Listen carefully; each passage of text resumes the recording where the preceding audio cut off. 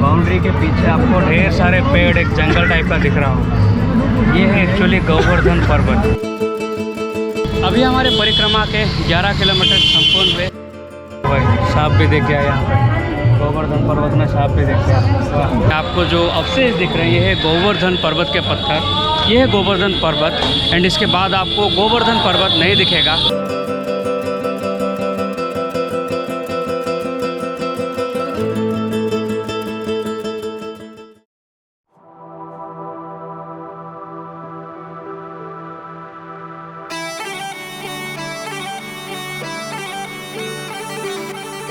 आज हम आए हैं एक ऐसे पवित्र स्थल पर जिसके नाम लेते ही भक्ति का एक अलग ही भाव जागता है। और आज हम करने वाले हैं इसी पवित्र पर्वत की परिक्रमा। मैं बात कर रहा हूं गोवर्धन पर्वत की। तो चलिए शुरू करते हैं इस आध्यात्मिक यात्रा को। मथुरा वृंदावन के सारे मंदिर के दर्शन करने के बाद हमने गोवर्धन के ओर प्रस्थान किया। गोवर्धन पर्वत की परिक्रमा आप पैदल या फिर ऑटो रिक्शा से कर सकते हैं। ये बहुत ही बड़ी जगह है और इसको पूरा एक्सप्लोर करने के लिए एक दिन लग जाएंगे। और अगर आप यहाँ पे आके अपने गाड़ी से घूमना चाहते हो तो भाई ये आइडिया अपने दिमाग से निकाल दीजिए। यहाँ पर लोकल ऑटो ही चलते हैं। अगर आप परिक्रमा के साथ साथ सारे मंदिर देखना चाहते हैं और दर्शन करना चाहते हैं तो आपको सुबह 6 बजे से परिक्रमा शुरू करना पड़ेगा और दोपहर को 3:30 बजे के बाद आपको 5 से 6 घंटे लग जाएंगे परिक्रमा करने के लिए। और मेरे हिसाब से सुबह का समय बेहतरीन है पैदल परिक्रमा करने के लिए और शाम का समय ऑटो से परिक्रमा करने के लिए। अब जातिपुरा या फिर दान घाटी से अपने परिक्रमा की शुरुआत कर सकते हैं। लेकिन हमारे ऑटो वाले भैया ने कहीं और से ही परिक्रमा की शुरुआत करवाई।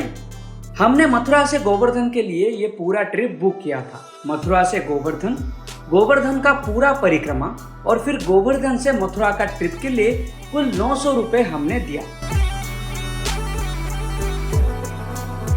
लोग बिना चप्पल के नंगे पैर ये 21 किलोमीटर की यात्रा कर रहे हैं। हर कदम में भक्ति है, श्रद्धा है और विश्वास है। आपको ये जो मैं बाउंड्री दिखा रहा हूँ ये गोवर्धन पर्वत के चारों ओर घिरा हुआ है। ये पर्वत को प्रोटेक्ट करने के लिए है और भक्त उसके अंदर ना जाए, इसीलिए आसपास के लोग भी भक्तों को सलाह देते हैं। बाउंड्री के साथ में ही आपको ये फुट वॉक वे देखने को मिलेगा जो कि परिक्रमा मार्ग है पैदल चलने के लिए। ये हमारा पहला स्टॉप है। यहाँ पर शिव जी का एक मंदिर है, श्री पूंछरी का लोटा। गोवर्धन पर्वत की परिक्रमा के मार्ग में स्थित एक महत्वपूर्ण स्थान है। ये मंदिर श्री कृष्ण के सखा मधुमंगल को समर्पित है और गोवर्धन पर्वत की तहलीक में स्थित है। आज भी ये जगह हमें ये याद दिलाती है कि भक्ति में ना कोई बड़ा है ना कोई छोटा, सब एक समान। ऑटो से घूमने के बाद भी आपको कई सारे ऐसे मंदिर मिलेंगे जहाँ पर कि आपको चल के जाना पड़ेगा। कई सारे छोटे बड़े तंग गलियों से होके दर्शन करना पड़ेगा। गिरिराज गोवर्धन के पश्चिम में स्थित जातिपुरा एक ऐतिहासिक शहर है जिसकी गहरी आध्यात्मिक जड़ है। यह हमारा दूसरा स्टॉप था और हमने यहाँ पे गोवर्धन गिरिराज जी को बड़े नजदीक से देखा। परिक्रमा करते समय आपको ऐसे छोटे बड़े मंदिर देखने को मिलेंगे।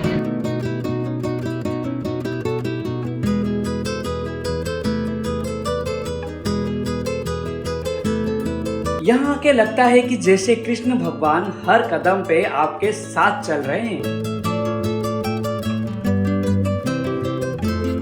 इस जगह पर जो गोवर्धन पहाड़ है ना, उसके कुछ पत्थर हमें देखने को मिले एंड यहाँ पे उस पत्थर पर दूध वगैरह अभिषेक किया जाता है, डाला जाता है।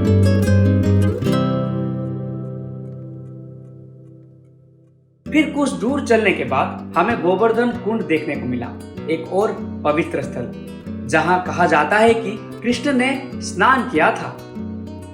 लोग यहाँ आके जल चढ़ाते हैं और कुछ लोग तो डुबकी भी लगाते हैं पाप से मुक्ति के लिए। परिक्रमा करते करते हम पहुंचे श्री गिरिराज जी महाराज दान घाटी मंदिर में। ये एक सुंदर और प्रमुख मंदिर है गोवर्धन का। यह मंदिर एक महत्वपूर्ण आध्यात्मिक स्थल है और इसे अक्सर गोवर्धन परिक्रमा के हिस्से के रूप में देखा जाता है। अभी हमारे परिक्रमा के 11 किलोमीटर संपूर्ण हुए, ऐसा यहाँ पे बोर्ड पे लिखा हुआ था। फिर हमारे ऑटो वाले भैया ने बोला कि भाई 11-12 किलोमीटर हमने कंप्लीट कर लिए। अभी ये तीसरा मंदिर, यह है गिरीश जी महाराज का मंदिर। अभी यहाँ पे हम दर्शन करेंगे। ये हमारा तीसरा मंदिर है।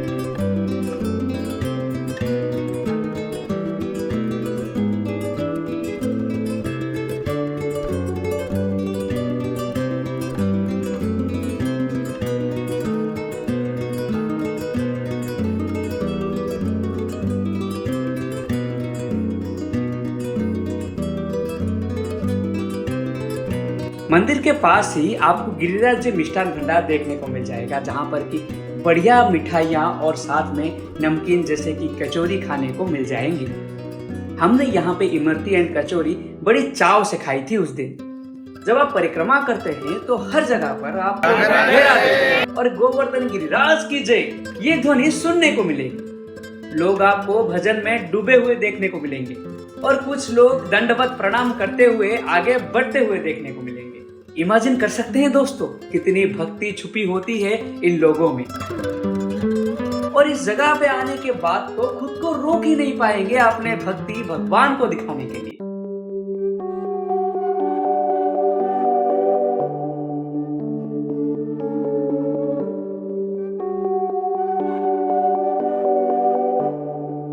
घूमते घूमते आप मानस गंगा पहुंच जाएंगे, एक और पवित्र स्थल जहां रात के समय पर कृष्ण जी ने राधा रानी के साथ यहाँ पे नौका विहार किया था। यहाँ का शांत माहौल और जल में पड़ती मंदिर की परछाई दिल को एक अलग ही सुकून देती है। रामलीला मैदान। अंत में हम आके पहुंचे हर गोकुल, जहाँ पर कि हम गोवर्धन पर्वत के दर्शन कर सकते हैं और पर्वत को बड़ी नजदीकी से देख सकते हैं।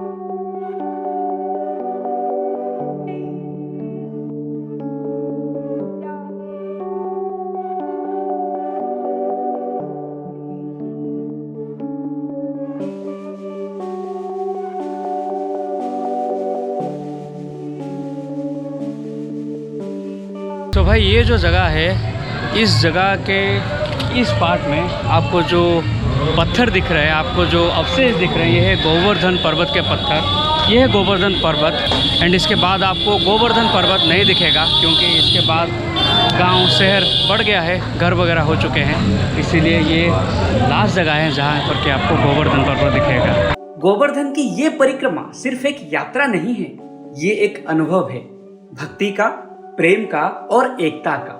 अगर आप कभी भी मथुरा वृंदावन आए तो गोवर्धन की परिक्रमा जरूर कीजिएगा। ये सफर आपके दिल में हमेशा के लिए एक याद बन के रह जाएगी। अगर आपको ये वीडियो पसंद आया हो तो भाई एक लाइक तो बनता है, कमेंट कीजिए राधे राधे और चैनल को सब्सक्राइब करना मत भूलना। मिलते हैं अगले आध्यात्मिक सफर में। राधे राधे।